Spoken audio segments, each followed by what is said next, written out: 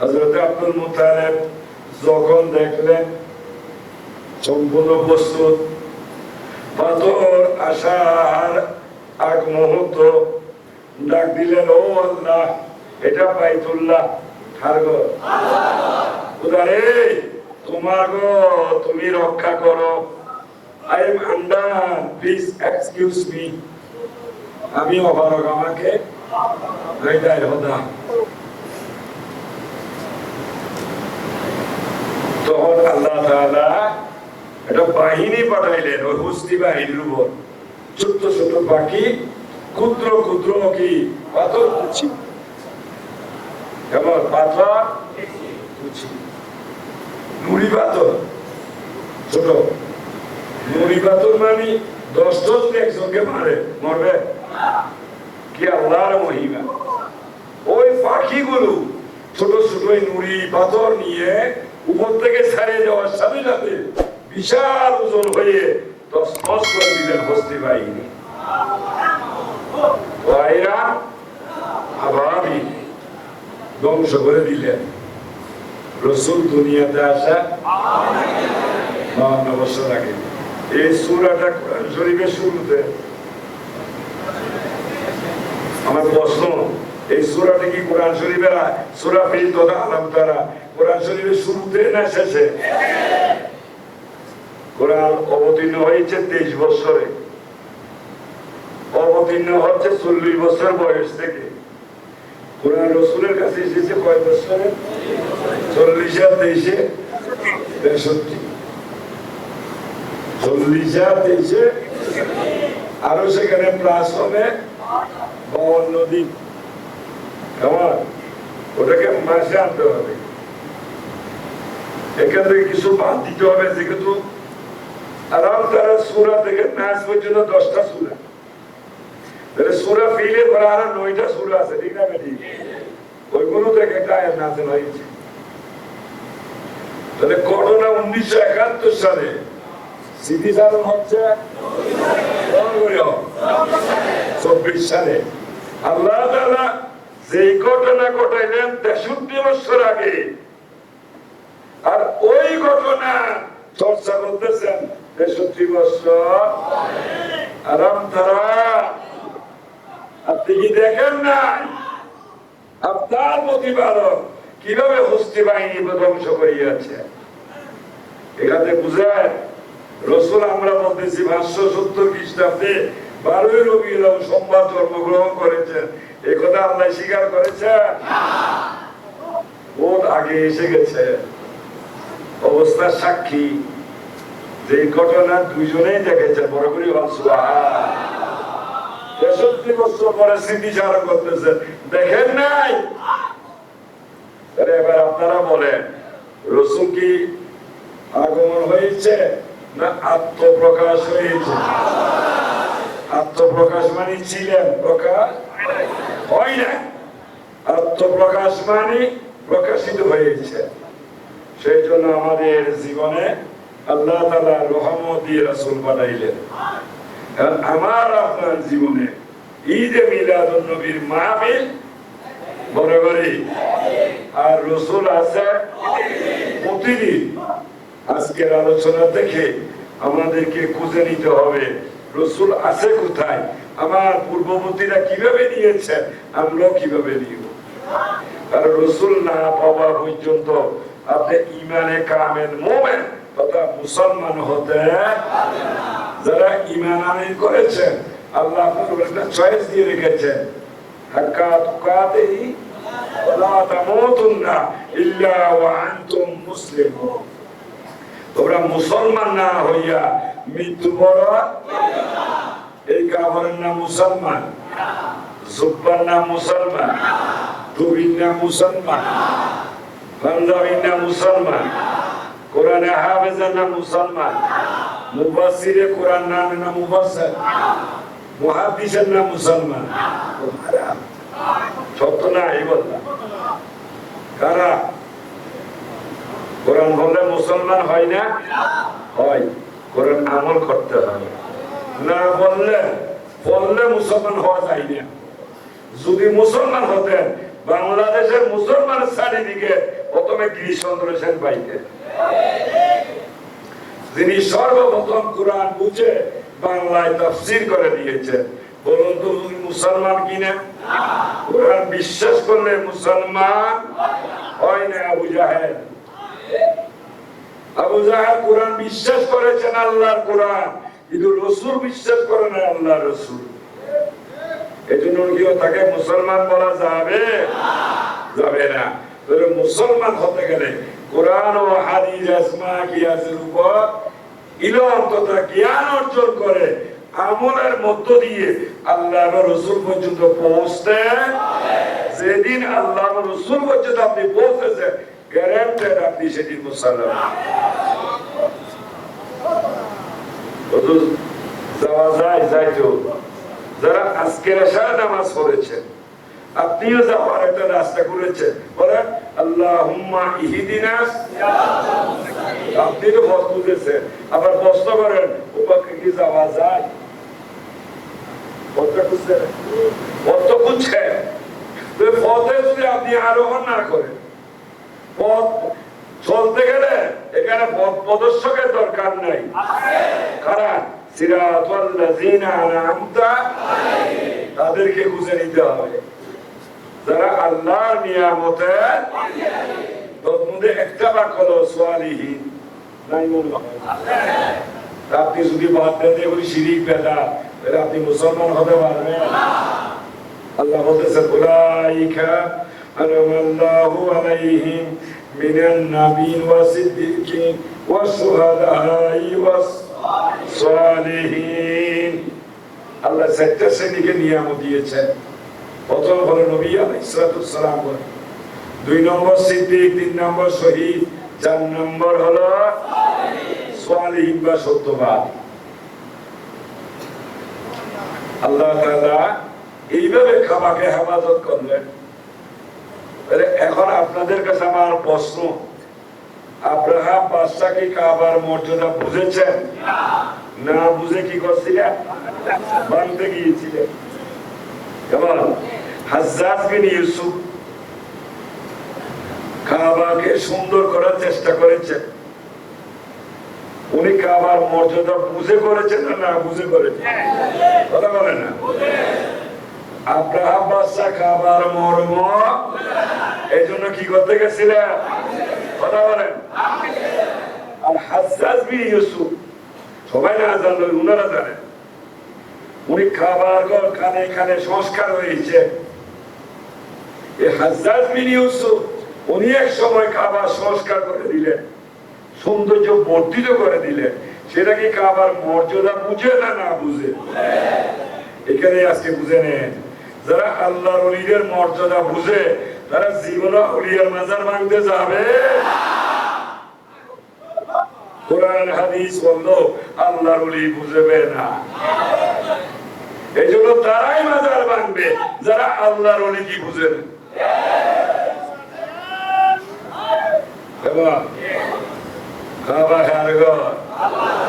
রক্ষাকারীকে আউলিয়ারা খা, তাদেরকে আল্লাহ রক্ষা করে। কথা ঠিক আছে কি? আরো কথা আছে। এই দেশে নবী এসেছিলেন, আমি সবার কাছে প্রশ্ন করতেছি, ওয়াজ বাদ দাও, আর ওয়াজের দরকার নেই। ওয়াজে আমাদের ইমান বরবাদ করে দিয়েছে, আর ওয়াজের দরকার নেই। কত বছর ওয়াজ শুনবে? দাড়ি ভাগতে ভাগতে এখন দাড়ি সাদা হয়ে গেছে, আরো রঙিলে সাজার জন্য অনেকে মেহেদি দিয়ে দিবা খরচে। হ্যাঁ, চাঁদের আলো ডাকলো কি ডাকা যাইব না? পুরো হয়ে গেছে, মেহেদি দিল কি আর সাদা হন যাইব না, আর রঙিলা হন যাইব না। কার ওয়াজের দরকার, আর বিদায় আসন্ন যাওয়ার টাইম হয়ে গেছে, রেডি হয়ে যা। এই জন্য আর ওয়াজের দরকার, ওয়াজ হয়ে নেন। এই দেশে সাহাবারা এসেছে, এসেছে, তবে তো আমি এসেছে, কেউ আসেন নাই। কারা? আউলিয়ারা, যারা শিরিক করে। এই দেশে আউলিয়ারা আসছিলেন ওই যে উরুস করে করে ভাত খাইতো তো কি আর কি হারাম আছে? আছে নাকি? খালি তারা উরুস করে ভাত খাই না, আবার ভাত খাওয়ার ভিতরে আরেকটা খামো চালাই দেয়। আল্লাহর কোরআনের ফায়সালা, বিসমিল্লাহির রহমানির রহিম, আলা বিযিকরিল্লাহি তাতমাইন্নুল কুলুব। আল্লাহ বলছে সাবধান, আল্লাহর জিকির ছাড়া তোমার কলব, এ আল্লাহর ওলিরাই কলবে জিকির করাইতে হয়। যখন আউলিয়ারা এসেছিলেন তখন কোনো মানুষ ছিল না, তারা কোন ধর্ম মানত না। কোন ধর্ম? সনাতনী ধর্ম। তারা মানতেন যে ধর্ম মানলে কি হয়? হিন্দু হয়। মুসলমান কোন ধর্ম না, মুসলমান কোন ধর্ম না। ধর্মের নাম কি? আর ইসলাম মানে রাসূল। ইসলাম মানে রাসূল। এবার রাসূল মানে ইসলাম। যে ধর্ম গ্রহণ করলে কি হয়? ঈমানদার হয়। কি হয়? ঈমানদার। আমল করতে করতে মুসলমান হয়। সুবহানাল্লাহ। সবাই শিক্ষার উদ্দেশ্যে মাদ্রাসায় স্কুলে অ্যাডমিশন নিয়েছে। পরিচয় কি শিক্ষিত না ছাত্র? কেন হয়েছে ছাত্র? শিক্ষিত হওয়ার জন্য। একটা স্কুলে শিক্ষিত হওয়ার উদ্দেশ্যে সেখানে ভর্তি হলে যদি ছাত্র হয় তখন শিক্ষিত। যখন স্কুলের নিয়ম অনুসারে পড়াশোনার মাধ্যমে পরীক্ষা দিয়ে সরকারি ভাবে যখন আপনাকে একটা সার্টিফিকেট দিল, ওই দিন থেকে আপনি কি ছাত্র না শিক্ষিত? আল্লাহু আকবার। এই জন্য আমরা কেউ মুসলমান না। মুসলমান হওয়ার জন্য হিন্দু ধর্ম ছিল না, বৌদ্ধ ধর্ম ছিল না, খ্রিস্টান ধর্ম নাই। এই ধর্মগুলো মুসলমান বানাইতে পারে না। কোন ধর্ম পারে? তাই আমরা ইসলাম ধর্ম যারা গ্রহণ করেছি, আল্লাহর ফায়সালা ভাষায় আমরা সবাই ঈমানদার। কি উদ্দেশ্যে? মুসলমান উদ্দেশ্যে। তো ইসলাম গ্রহণ করে ঈমানদার হয়ে যতক্ষণ আমল করব না এতক্ষণ মুসলমান হওয়া যাবে না। তাই আমরা মুসলমান হওয়ার জন্য ইসলাম ধর্ম গ্রহণ করেছি। শুধু সাজুগুজু সাজলে হবে না, আমল করতে হবে। আর আমলের মধ্য দিয়ে মুসলমান হওয়া। তাই আজকে তরিকতের উদ্দেশ্য হলো মানুষ সাধারণভাবে শরীয়তের যা ইবাদত অবকাঠামো আছে এর ব্যতিরেকেও কিছু নফল ইবাদত শিক্ষা দেয় তরিকতের শিক্ষা। যে ইবাদত গুলো শরীয়তের পাশাপাশি যে দৈনন্দিন 5 ওয়াক্ত নামাজ, কোরআন তেলাওয়াত, তাসবিহ, তাহলিল, এরপরে তরিকত শিক্ষা দিলেন বাড়তি কিছু আমল, যে আমলের মধ্য দিয়ে যত ওভারটাইম করবেন এত পয়সা কমবে। আপনি দুঃখী, পয়সা বেশি হলে সুখী। তাই তরিকতের শিক্ষা হলো নির্দিষ্ট ইবাদতের পরে বর্ধিত কিছু বাড়তি ইবাদত করবে, যে ইবাদতের দ্বারাই আপনার জীবনে সফলতা আসবে। আপনি হবেন কামেল মুকাম্মেল, আল্লাহর ওলি হওয়া যায়। তাই তরিকত আমাদেরকে কিছু নফল ইবাদত শিখিয়েছে, যে ইবাদতগুলোর মধ্য দিয়ে আজকে সাধারণ আলহামদুলিল্লাহ। তো সনাতন ধর্মের কাজ কি? তাদের ইবাদত গুলো হলো মুশরিকি, যারা আল্লাহকে বিশ্বাস করে এরপরও তার দেবীর পূজা করে, কোন জড় পদার্থ তো বটগাছের পূজা করে। আশ্চর্য কিছু দেখলে মাথা নুয়ে দেয়। আমি আমাদের শ্রদ্ধাভাজন মুর্শিদ হযরত আব্দুল বারী রাহমাতুল্লাহ দরবারে জিয়ারত করতে গেছিলাম। ক্যালকাটার মার্কুইস স্টেট মানে একটা জায়গা। এখান থেকে আমাদের দেশে বলে জিপ গাড়ি, আমাদের দক্ষিণ অঞ্চল এবং পাহাড়ি এলাকায় জিপ গাড়ি বলে সাদের গাড়ি। ঠিক না? গাড়িটা হলো জিপ, কিন্তু বলে কি? আর ভারতে দেখলাম ওরা বলে সুমো। একটা সুমো গাড়ি রিজার্ভ করলেন ক্যালকাটার মার্কুইস থেকে ব্যান্ডেল ক্যালকাটার আরেকটা জায়গার নাম ব্যান্ডেল। কেমন? ওই ব্যান্ডেল শরীফ আব্দুল বারী রহমতুল্লাহ মাজার। তো যাওয়ার পথেই আমাদের দেশের রাস্তা দুই পাশে সরকারের নির্দেশ এবং জনগণ বেশি লাগাবার চেষ্টা করে। আর সাংঘাইয়ের ডাব্বার গাছ হয় ইতারা হবে র্যান্ডিটি, কথা ঠিক আছে না? দুই ধারে এই গাছগুলো আছে ছায়ার জন্য, কিন্তু পার হতে দেখলাম দুই পাশে বট গাছ, আর প্রত্যেকটা বট গাছের গোড়ায় গোড়ায় একটা খালি মূর্তি রাখা হয়েছে, যেগুলো জিব্বা নাম্বা করে বসে। ঠিক না? তো যেহেতু হিন্দুরা তাদের দেবতার অভাব নাই, আর দেবতা মেজরিটি হলো মহিলা, তাদের দেবতা বেশিরভাগ কি খালি হলে নাকি বেড়া না, সরস্বতী, দুর্গা, আরো আছে না? কেমন? এইভাবে যার পরে তারা দেখলাম দুই রাস্তা ধারে দিয়ে যাওয়ার সময় কপালে কি কি লাগাইলে, এরপরে দেখলাম গাছের গোড়ায় যেহেতু তাদের উপাস্য হলো কালী মূর্তি, যার পরে দেখলাম মস্তক অবনত করলেন। দুইটা জিনিস, একটা হলো বট গাছ তাদের উপাসনার একটা উপায়, দুই নম্বর হলো কি একটা মূর্তি। আমি ব্যঙ্গ করতেছি, বোঝাচ্ছি। এইভাবে তারা এই প্রাধান্য দিলেন। তো বাংলাদেশও যখন হিন্দু সংগঠন ছিলেন, তারা তো মুশরিকই করেছিলেন। মুশরিক তাদেরকে বলে যারা আল্লাহ ব্যতীত অপার কিছুর মধ্যে মাথা অবনত করে, তাদেরকে বলা হয় মুশরিক। কাফের মানে যারা আল্লাহর অস্তিত্বকে বিশ্বাস করে না, তাদেরকে বলা হয়।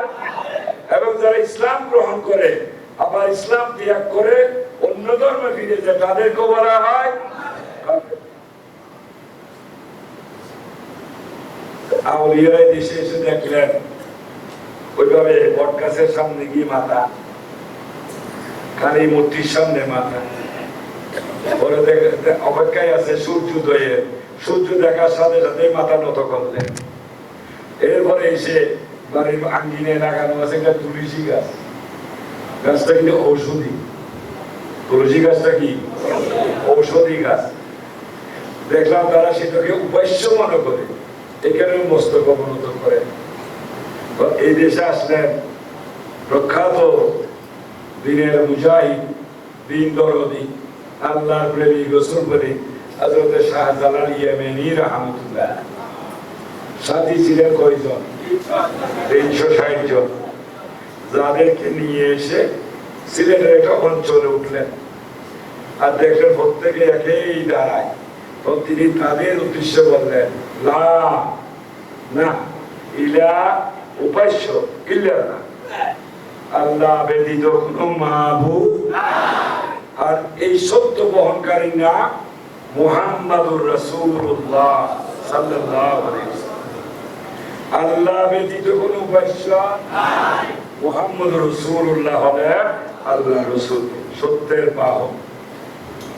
যাতে ওনারা নিয়ে আজকে এই কলমায়ে তৈয়বা শাহজালাল ইয়েমেনি বলা হয়। সিলেটের নাম ইয়েমেন, ইয়েমেন নামে কোনো জায়গা নাই? আছে। আমি ইয়েমেন যাই নাই, ইয়েমেনের পাশে গেছিলাম সালালা। এখানে ওমান গেছেন কেউ আছেন কিনা? সালালা এবার ইয়েমেনের কাছে হযরত ওয়াইস আল কারানী রাহমাতুল্লাহ নাম তো সবাই শুনছেন। ওনার মাজার হলো সালালা, অর্থাৎ ইয়েমেনের একটা পাশে সালালা।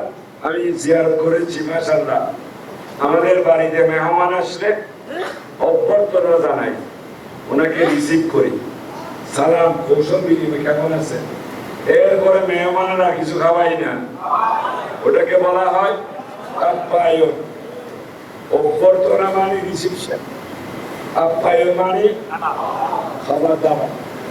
আলহামদুলিল্লাহ, একজন গুণাগার বাংলার জমিন দেখে গেলাম, সাথে ইয়েমেনি কিছু আমার ভক্ত অনুরক্ত মুরিদেরাও ছিল, যাদেরকে নিয়ে হযরত ওয়াইস আল কারানী রাহমাতুল্লাহ দরবারে যখন গেলাম, সুবহানাল্লাহ, বেশি আপ্যায়ন করেছে, অত ফায়েজে তরিয়ে বসাই দিয়েছে। 1987 সালে আজমির শরীফের একটা খাদেম, যার নাম ছিল সরদার মজিদ মিয়া, উনি আমার বাবাজান কেবলার নাম মুবারক শুনে আমার বাবাজানকে দেখতে আসছিলেন। আমরা এমন ফিরের মরিচ ছিলাম যিনি আসন নিয়ে বসে থাকতেন, যার আসনটাই ছিল আব্দুল হকের রিক্সা। আমার বাবার আসন ছিল আমাদের এক মুরিদা বীর ভাই, নাম হলো আব্দুল হক, যার রিক্সা ছিল আমার বাবার আসন। অত এখানে বসে চট্টগ্রাম শহরে ঘুরে বেড়াইতেন। ওইভাবে আসন পেতে বাদুস লেখে এই শিক্ষা বছর আমাদের নাই, পরিশ্রম করে ভাত খাইতেন, যেটা সুন্নতে মুস্তাফা সাল্লাল্লাহু আলাইহি ওয়াসাল্লাম। আল্লাহ রাসূলের 1,14,000 সাহাবা ছিলেন। দৈনিক যদি একটা করে পয়সা নিতে কতগুলো পয়সা হতো, কিন্তু এরপরও রাসূল কেন সংসারের চাহিদা মিটাইতে কাফেরের বাড়িতে গিয়ে পানিতে বালতিতে করে উঠাইতে পানি, এক বালতি পানি উঠাইলে একটা খেজুর দেওয়া হতো। নবী কি মুরিদের কাছে ভিক্ষা করেছিলেন? এই জন্য আমরা রসুল দেখে নাই, দেখছিলাম যাকে বজন আহমদ বলতাম। আমরা মসজিদ পাই নাই, আসলে রসুল পেয়েছিলাম, এবং রুহানির মধ্যে সে ডোবাই চলা হয়ে গেছে। তাই বলতাম তিনি গুরু নয়, রসুল। আলহামদুলিল্লাহ মানুষটা এমনি দেখা বেড়া ছিল, বা টাকাও কম ছিল না। তো এই জন্য দেখতাম সকাল হলে নাস্তা পানি খাই, কোনো মানুষজন আসছে তাদের সেবা দিয়ে রিক্সাটা নিয়ে বেরিয়ে যেতেন।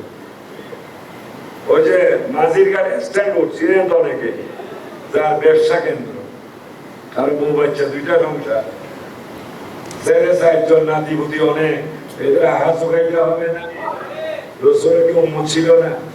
এগুলো নিয়ে বসেছিলেন। কাফের বাড়িতে গেছিলেন কি জন্য? সংসারের চাহিদা মিটাইতে। তখন দেখলাম বছর আহমদ, যাকে রসুল দেখছিলাম আমরা, যিনি চলে গেলেন ঝড় বৃষ্টি বান বাতাসের মতো সংসারের চাহিদা মিটাইতে পরিশ্রম করে চলে আসছে। সন্ধ্যার পরে মুরিদানকে সময় দিয়েছে। ওই শিক্ষাটা আমিও বাদি, আমরাও খেতে খাওয়া মানুষ। এই জন্য আসন প্রথা এটাকে আজকে বসতে দিচ্ছে। আপনারা যাওয়ার সাথে সাথে সোরমার করে কালকে দরবারে হলো রে অবস্থা থাকবে না। এ তো আমাদের তৈরি শিক্ষা, বসে খাওয়ার কোন সুযোগ নেই। তখন হযরতে ওয়াইস আল-কারানী রাহমাতুল্লাহ দরবার ওই যে গেছিলাম, তো আজমির শরীফের খাদেম সাহেব ছিলেন, কিন্তু আমার বাবা কেবলা তখন দরবারে ছিলেন না। একজন আলেম ছিলেন মাওলানা আহমদ সৈয়দ, উনি আমাকে বললেন উনি আসছেন হুজুরের সাথে দেখা করতে। নাই, কখন আসবে তাও জানি না। ওনার একটা দাওয়াত ছিল আমাদের কর্ণফুলী মার্কেটের পাশে সোমনি বীরবাড়ি নাম, ওখানে একটা দাওয়াত ছিল। ওনারা 2-3 জন সাথে আমাকে বলেন আপনি চলেন। আমি বললাম যে আমি তো দাওয়াতি না, আর আমাদের তরিকতের শিক্ষা বিনা দাওয়াতে খানা খাওয়া, বাবার খানাও খাওয়া যেত না। কার খানা? এটা কি ধরনের কথা বললাম? হ্যাঁ, যতক্ষণ বাবার হোটেলে আছেন খাইতে পারবেন। বাবার থেকে যখন সংসার আলাদা হয়ে গেছে, বাবা ইনকাম করে বাবাটা চালাইতেছে, আপনার যে আপনি চালাইতেছেন, বাবার সংসারে খাইতে গেলে বাবার অনুমতি লাগবে। আগে যদি বাবার অধীনস্থ হন তাহলে খাইতে পারবেন, কোনো সমস্যা। কিন্তু বাবার থেকে যখন সেপারেট হয়ে গেলেন বউ বাচ্চা নিয়ে, এখন আগের মতো বাবার হোটেলে আর খাওয়া অনুমতি নিয়ে খাইতে হবে। বাইরের খানা খাওয়া যাবে না, বাইরে যদি না বলে। এই জন্য আমার তরিকতের লোক আমার কাছে আসলে বসালা দেখো ফিরিজ বালা, আমার কাছে মুড়ি তরি বস সুবিধা হইতো না। প্রথম সবক হলো জিহ্বাকে সংযত করতে হবে। আমার প্রথম তালিম হলো জিহ্বা সংযত করবে, খানা দেখলে পানি ছাড়বেন না। বর্তমানে আমাদের ছোট্ট একটা ট্রেডিশন আছে, যেটাকে আমরা মানুষ মারা গেলে তার মাগফিরাতের জন্য মেজবান দেওয়া হয়। ওই জেলার ভাষায় জিয়াবত, বুঝেননি? তো জিয়াবত বর্তমানে যারা দেয় তারাও গুনাহগার, যারা খায় তারাও গুনাহগার। এটা কি বললেন? আর উনি দিয়েছিলেন তার মরহুম মুরব্বীদের দোয়া করার জন্য। তো যারা খাওয়া খাইতেছে নিয়ামতটা কার? প্রথমে বিসমিল্লাহ আলা বলে, আরে বিসমিল্লাহ বলে না, হ্যাঁ বিসমিল্লাহ বলে না। খাইতে গেছেন আল্লাহ নিয়ামত হাফেন পরে। আর কতগুলো ফকিরের বউ আছে, তালিবাটা আছে, ফটো দিয়ে দেখা যায়, আলু দিয়ে যায়, ফকিরের বউ আছে। ওটা কি দ্বারা হতে ফ্যাশন আয় প্রতি পণ্যের বউ। আগে যখন অভাব ছিল, আল্লাহ রাসূলের জুব্বা মুবারকে কয়টা দাড়ি মুবারক? 70টা। তারপরেও পৃথিবীর শ্রেষ্ঠ পোশাক। এক সময় পৃথিবীর শ্রেষ্ঠ ধনী ছিলেন ব্রুনাই সুলতান বলকিয়া, যার পোশাক ছিল হীরা মণিমুক্তা স্বর্ণ খচিত। এক সময় সেটা পৃথিবীর নিলাম বাজারে কোটি কোটি টাকা দিয়ে বিক্রি হবে, কিন্তু কোন ইমানদারের নাজাতের ওসিলা আমার রাসূলের জুব্বা শরীফ কয়টা দাঁড়ি মুবারক, যেহেতু জুব্বার বদলতে কোটি কোটি গুনাহগার উম্মত জান্নাতে চলে যাবে। আর এটা সাথে নবীটার সাথে দামি হতে পারে, সুযোগ থাকলে কই যাও তো খারাপ হইলাম। যারা গরিব দুঃখী আছিল দেখতাম ভ্যান ভরতে ভরতে ভারী জিনিস যায়, অভাবে দাঁড়িয়ে দিতে পারত। তো যারা বর্তমানে সুন্দর গাড়ি দেখায়, ফ্যাশন আরো দেখায়, দেখায় না এমনি গাড়ি দেয় না, ভালো ফ্যান কিনে কি করলো, গাড়ি দিল। কেমন যারা বিশ্বাসে দোষ দেখে, ওই আলেমদেরকে আজকে দরবার আজম থেকে মেসেজ দিচ্ছি, আপনারা কি ফোন নিয়ে ফুলাগুলো দেখেন না?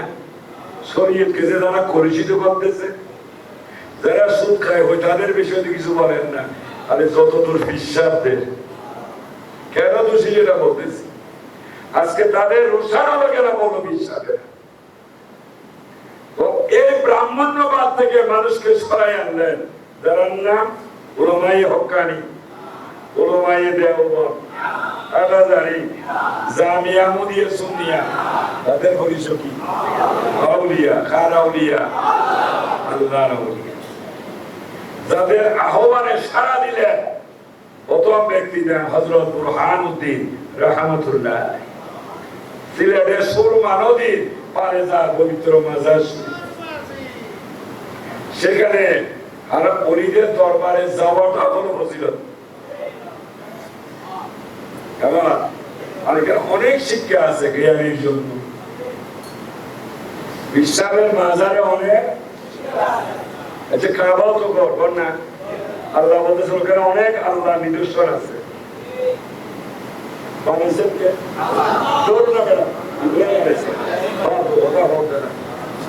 কাবা ঘরে নির্মাতাকে ইব্রাহিমের মেয়ে দিয়ে ফুট দিয়ে হাত দিয়ে কাবা বানাইলেন। আস্তে আস্তে এটা সংস্কার হতে হতে শেষ সংস্কার ছিলেন আসাস বিন ইউসুফ। আল্লাহ কোরআনে বলতেছে আল্লাহর কোরআন কাবাকে দেখার মধ্যে অনেক ফজিলত আছে। বড় করে নির্মাতাকে ইব্রাহিম আলাইহিস সালাম আল্লাহ ঘোষণা দিলেন বাইতুল্লাহ।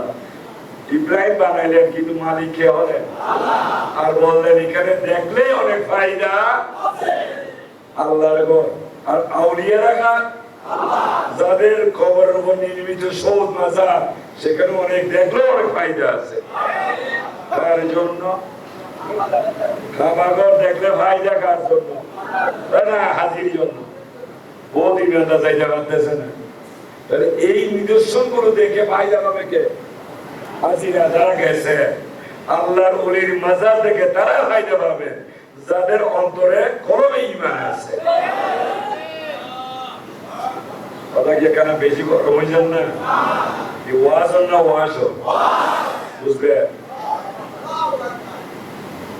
তখন কি করলেন? এইভাবে আস্তে আস্তে কলমাই তৈবা বীজ বপন করলেন। কেমন?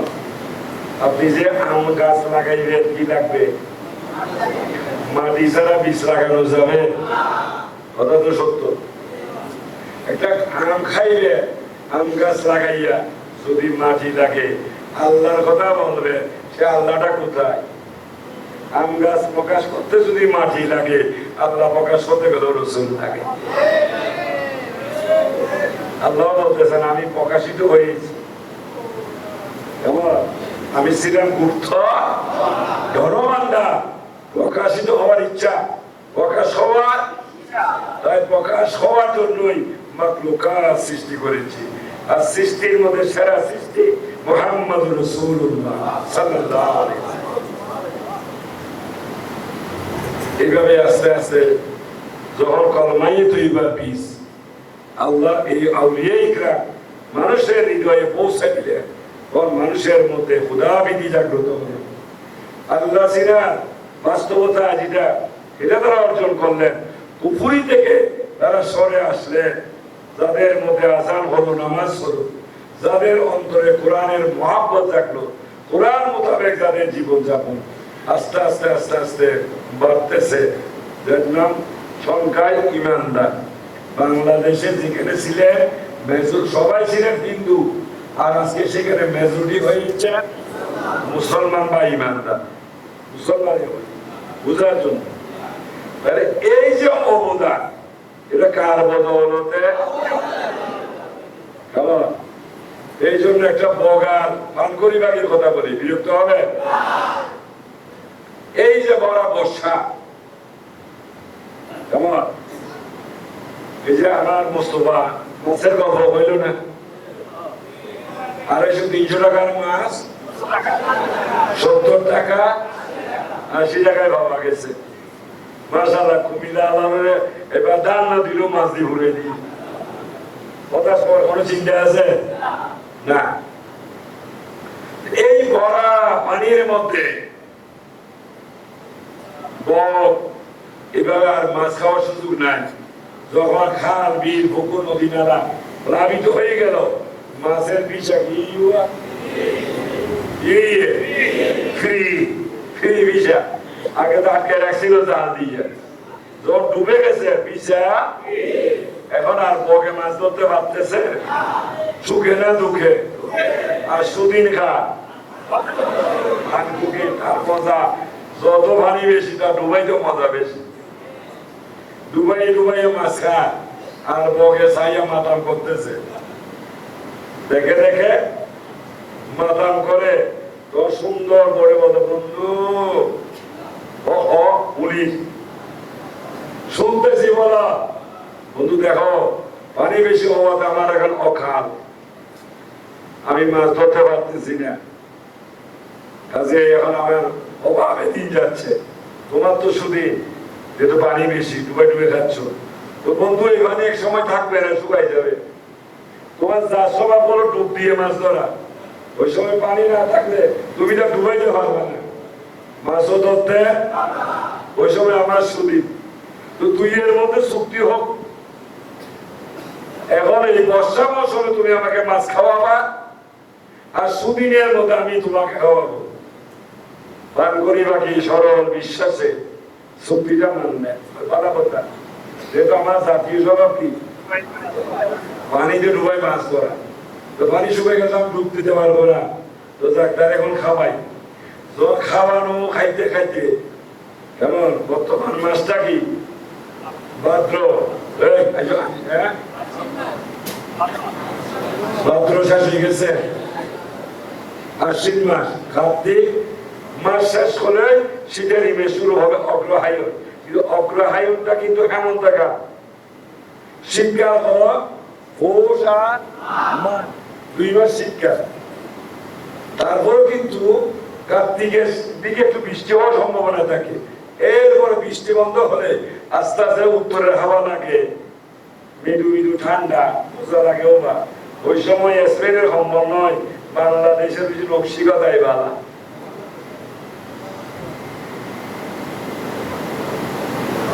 আস্তে আস্তে পানি যখন কমা শুরু, এখন পান করিবাকে কি সুদি না দুর্দিন? সবাই বলবেন দুর্দিন। যেহেতু আর পানি কম, তখন ডুবাইয়া মাছ ধরতে পারতেছে না, এখন বগের সুদি, বগের তুই বগে ইচ্ছা মতো খাইতেছে, পানি কম গেছে। এখন পান করিবাকে বলে বন্ধুরে চুক্তি কি ছিল, হয়েছিল গাদ্দা কেমন? তো আমি তোমাকে সারা বর্ষায় মাছ ধরে খাওয়াইলাম, চুক্তি ছিল শীত মৌসুমে তুমি আমাকে মাছ ধরে খাওয়াইবে, ও খাওয়াই যা, তবে তুমি আমাকে খাওয়াইছো, যা অপমান করছো বলার মতো না।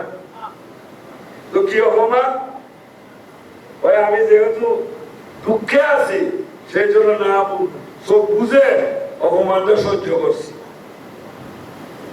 কারণ পানি বেশি আমি ডুবাইতে পারি না, এই জন্য।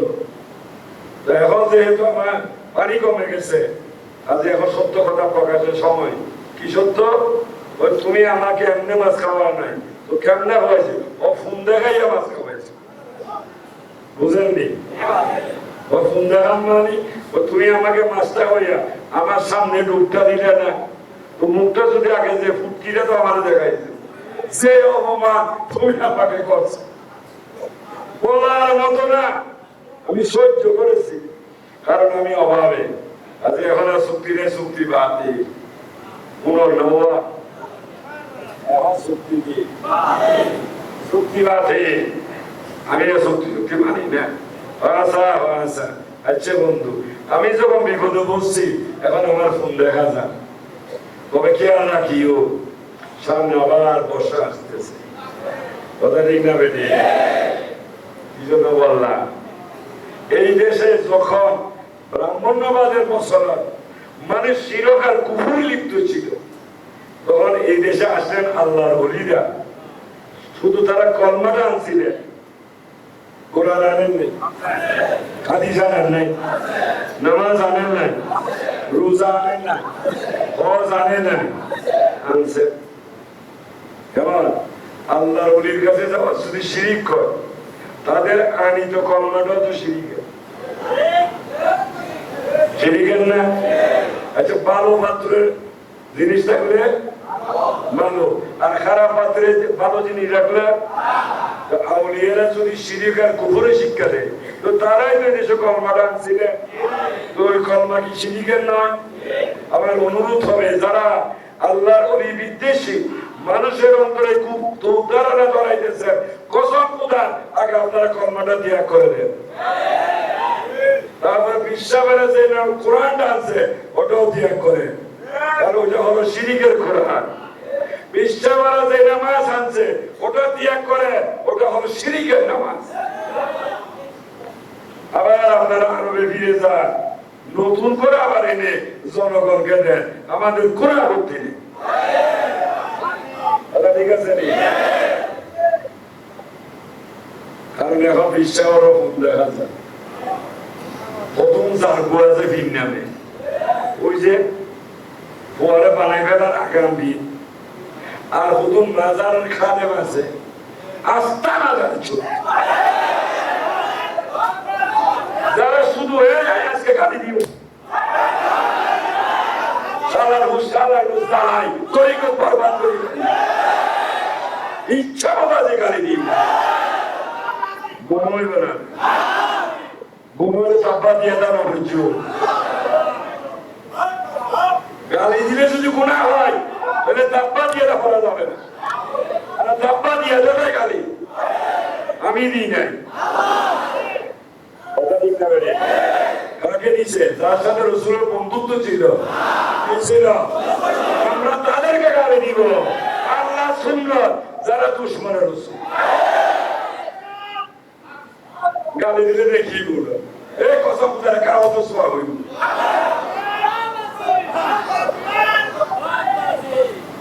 আগাছা জন্ম বেশি খারাপ লাগে, বিরক্ত লাগে না?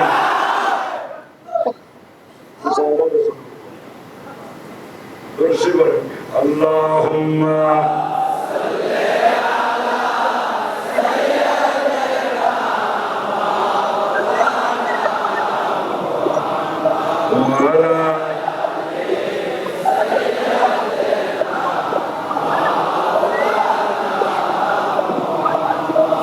কোথায় রইলেন প্রাণের নবী, আমাদেরকে ছাড়িয়া কিভাবে হবে আপনি ছাড়া এই ধরাতে থাকিয়া।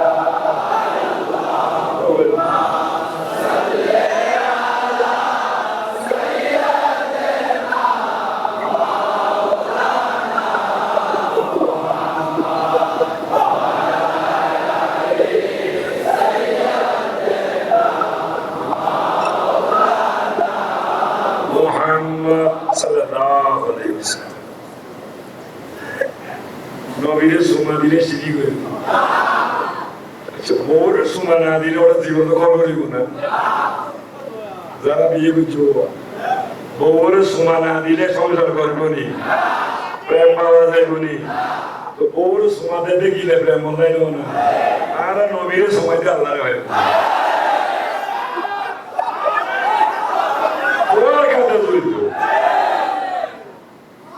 অনেকে বাচ্চা এই যে একটু আগে দেখলাম ছবি দাবি মাথা দিয়ে বেড়ানো বা বেড়ি আর নাতি এবং কয়দিন আগে আমি শ্বশুর বাড়িতে গেলাম। আলহামদুলিল্লাহ আমার মেয়েটা বিবিএস ডাক্তার, সে এখন আল্ট্রাসোনোগ্রাফির ট্রেনিং নিচ্ছে। তো প্রতি মঙ্গলবার ক্লাস করতে আসে, ওকে তার নানুর বাসায় রেখে তার মা এবং খারাপ মা বড় আমার কাছে রেখে সে ওখানে যায়।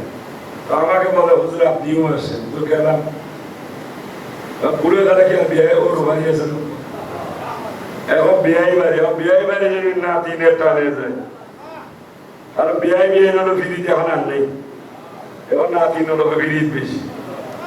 তো গেলাম, আসর নামাজ পড়তে বসলাম, কোমরটা তীব্র ব্যথা করতেছে, এই জন্য চেয়ারে বসলাম। দেখলাম আইসাই জবরদস্তি দখল করলো না, অনেকটা নামাজ পড়তেছে। তো নামাজরত অবস্থায় নাতিন যদি খবর উঠে সেটা শূন্যত রসুল। যারা নানা একবার হলো নাতিরে খাতা লইবেন, রসুলের শূন্য পালন করবেন। যারা নানা কেমন জীবনে একবার হলো নাতিরে কি নিবে, রসুলে পাকে সুন্নাত দাড়ি লম্বা করছু শতানের মধ্যে খালি না বেলাই। কারণ আল্লাহ রসুলের দাড়ি মুবারক ধরে ইমাম হাসান এবং হুসাইনও টানাটানি করতেছে, আল্লাহ এই দৃশ্য দেখে বেশি খুশি হয়ে গেছিল। যারা নানা লম্বা দাড়ি করবে নাতিরা যেন খালি খালি সুন্নাত পালন হবে। আর নানা তো রসুলের দরকার, জান্নাতের দরকার আছে নি? একবারও না। জাহান্নামকে ডরো না, তার দরকার।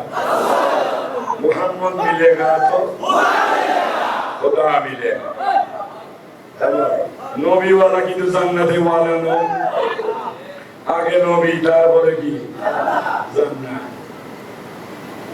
ভয় লাগছে? খোদার কসম জান্নাত ত্যাগ করে রসুল খুঁজে। কেমন আগে জান্নাত ত্যাগ করে দেয়, কাকে খুঁজে? জান্নাত আগে কে ঢুকবে? আদম আলাইহিস সালাম ঢুকবে, ঈসা ঢুকবে, মুফাসসির ঢুকবে, বরফিসা ঢুকবে, কে ঢুকবে? রসুলের সাথে থাকলে আপনি তো ঢুকে যাবে। এখন কি জান্নাত খুঁজবেন না রসুল খুঁজবেন? এটা নতুন পয়েন্ট শিখাই না। मेरे लिए जन्नत भी काफी, मेरे दोस्त जो এজন্য যারা নানা দুইটা জিনিস শিখাইলাম, জীবনে একবার হলো নাতি, নাতি নাচের খাতে লইবা, আর কি দাড়ি লম্বা করবে, যাতে দড়ি টানা টানি করে সুন্নত ফলন হবে। পেয়ারা হাজিরিন, আমার রাসূল সিজদায় এমত অবস্থায় ইমাম হুসাইন রাদিয়াল্লাহু তাআলা আনহু নবীর গান মুবারকে বসে গেলেন। নামাজে আমরা তাসবিহ পড়ি সুবহান রাব্বিল আলা তিনবার, উঠতে গেলে আল্লাহ নবী 7 বার 9 বার 11 বার পড়তে পড়তে 70 বার পড়ে ফেলেছেন, তারপরে উঠতেছেন না। আল্লাহ ডাক দিলেন, হাবিব যতক্ষণ হুসাইন আপনার গান মুবারকে বসে আছেন এতক্ষণ আপনি সেজদা থেকে মাথা তুলবেন না। ইমাম হুসাইনের বসার কারণে আপনি আল্লাহ তাসবিহের মধ্যে লিপ্ত আছেন। আল্লাহর পছন্দ হয়েছে। ইমাম হুসাইন বলেন, ইয়া রাসূলুল্লাহ, না একটা ঘোড়া কিনে দেন। হুসাইন, আমার তো সেটা সম্ভব নাই, তোমার কি ঘোড়া দরকার না ঘোড়ায় ছড়া দরকার? একখানে লই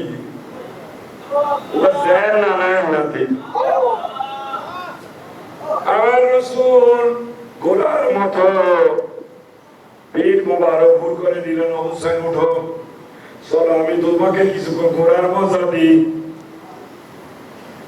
হুসাইন রাদিয়াল্লাহু তাআলা উঠলেন, এ আল্লাহর পয়গম্বর, ঘোড়া তো লাগাম থাকে, আমার ঘোড়া তো লাগাম নাই। আমার রাসূল রুমাল খানা মুখের মধ্যে বেঁধে 2 হাত ইমাম হুসাইনকে ধরাই দিলেন। এবারে হাঁটতেছেন, গুড়গুড় গুড়ে করতেছেন।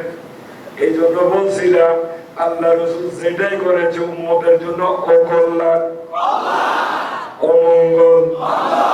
ভাই বলছিলাম যারা নানা দাদা নাতিদেরকে করে নিবে, সুন্নতে মুস্তাফা পালন হবে। দাড়ি লম্বা করিবে বা সুন্নাত।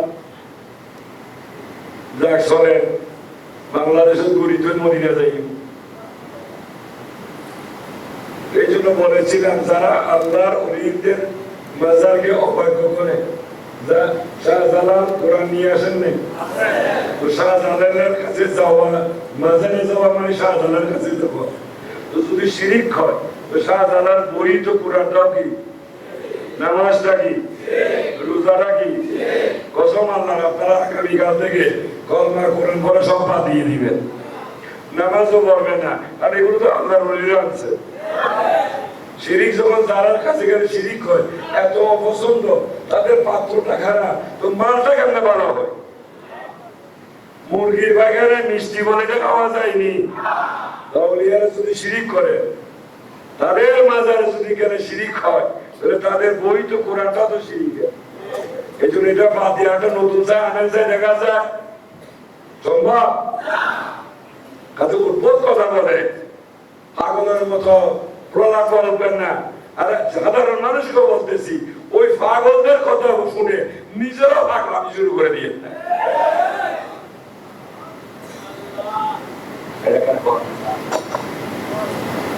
মজার কথা হলো, কেন তারা আজকে আউলিয়াদের মধ্যে এত বিদ্বেষ? যখন যারা হিন্দু ছিল তারা মদ খাইতো না, এখনো খায়নি। মুসলমানরা সুদ খাইতো নেই, এখনো খায়নি। জুয়া মারেনি, মারে। তাহলে যারা ওই অবস্থায় লিপ্ত ছিল তাদেরকে তো আজকে কলমা দাওয়া দিয়ে ইমানদার বানাইলেন। এই জন্য আব্রাহামের রোশানও ছিল খারে খাওয়া, যে মানুষ আমি বাদশা আমি কি দিতে না পারি, আমার কাছে না এসে ওই ঘরে গিয়ে পাইছে নাকি, তাই এই জন্য এটা ভেঙে দাও। আজকে তথাকথিত মাওলানা মুন্সিরা, আমরা এলাম বলছি, আমরা অনেক কিছু বলতে জানি, বিশ্ববেলা মাজারে শুয়ে আছে, ওখানে গেলে লাভ কি? তারা মানুষ শিরিক করতো, কুফরি করতো, মানুষ নামাজ করতো না। আল্লাহর ওলিরা এসেছে নামাজের শিক্ষা দিলেন। ওলিরা নামাজের সুন্নত বাদ দিয়েছিলেন, নফল বাদ দিয়েছেন। ওনারা যারাই বক্তারা কথা বলে মাযহাব বিরোধী, তাদের নামাজের মধ্যে সুন্নত আছে, নফল নামাজ আছে। যেখানে অক্ত সুন্নত নফল নাই, আপনারা কিভাবে বিশ্বাস করেন তারা যে রাতে তাহাজ্জুদ পড়ে, তারা যে বাপ্তি নফল নামাজ পড়ে? কোনো গ্যারান্টি আছে? আমরা বিশ্বাস করতাম যদি নামাজের সুন্নত গুলো হতো।